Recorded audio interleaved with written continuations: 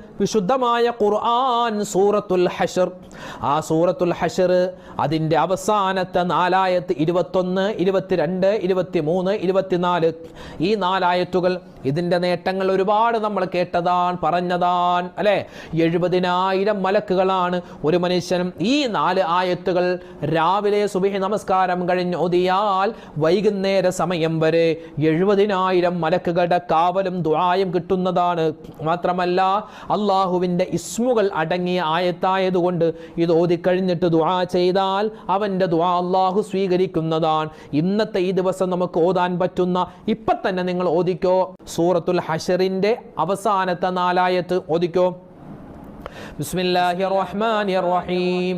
Love അൻസൽനാ ഹാദൽ ഖുർആന അലാ ജബലിൻ ലറഅയ്തഹു ഖാശിഅൻ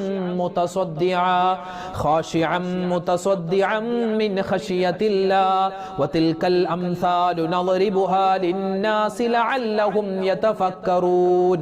ഹുവല്ലാഹുൽ ലദീ ലാ ഇലാഹ ഇല്ലാഹു ആലിമുൽ ഗൈബി വശ്ശഹാദ ഹുവർ റഹ്മാനുർ റഹീം.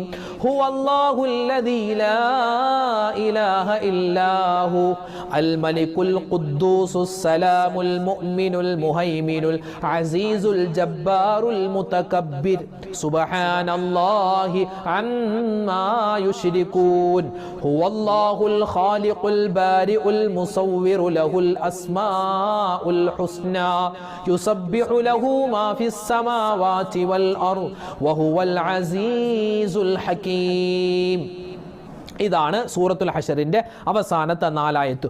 ഒരുപാട് നേട്ടങ്ങളാണ്. ഒരു മനുഷ്യൻ ഇത് ഓതി ഒരു ദിവസം രാവിലെ ഓതി അവൻ വൈകുന്നേരത്തിന് മുമ്പ് മരണപ്പെട്ടാൽ ശുഹദാക്കളുടെ പ്രതിഫലം അല്ലാഹു കൊടുക്കുമെന്നാണ്. എന്താ ശ്രേഷ്ഠത, എന്താ പ്രത്യേകത!